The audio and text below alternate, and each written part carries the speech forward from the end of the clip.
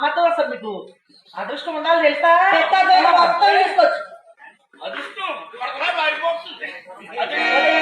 మా అమ్మ వద్దా వీళ్ళందరూ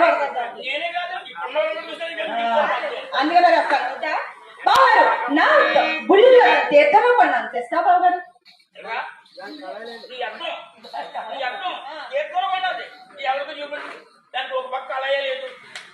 బావగారు అద్దాలు అక్క ఇంటి మా అక్క చాలా ఉన్నాయి.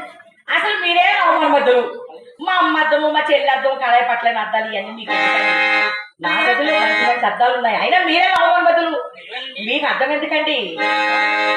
నవమా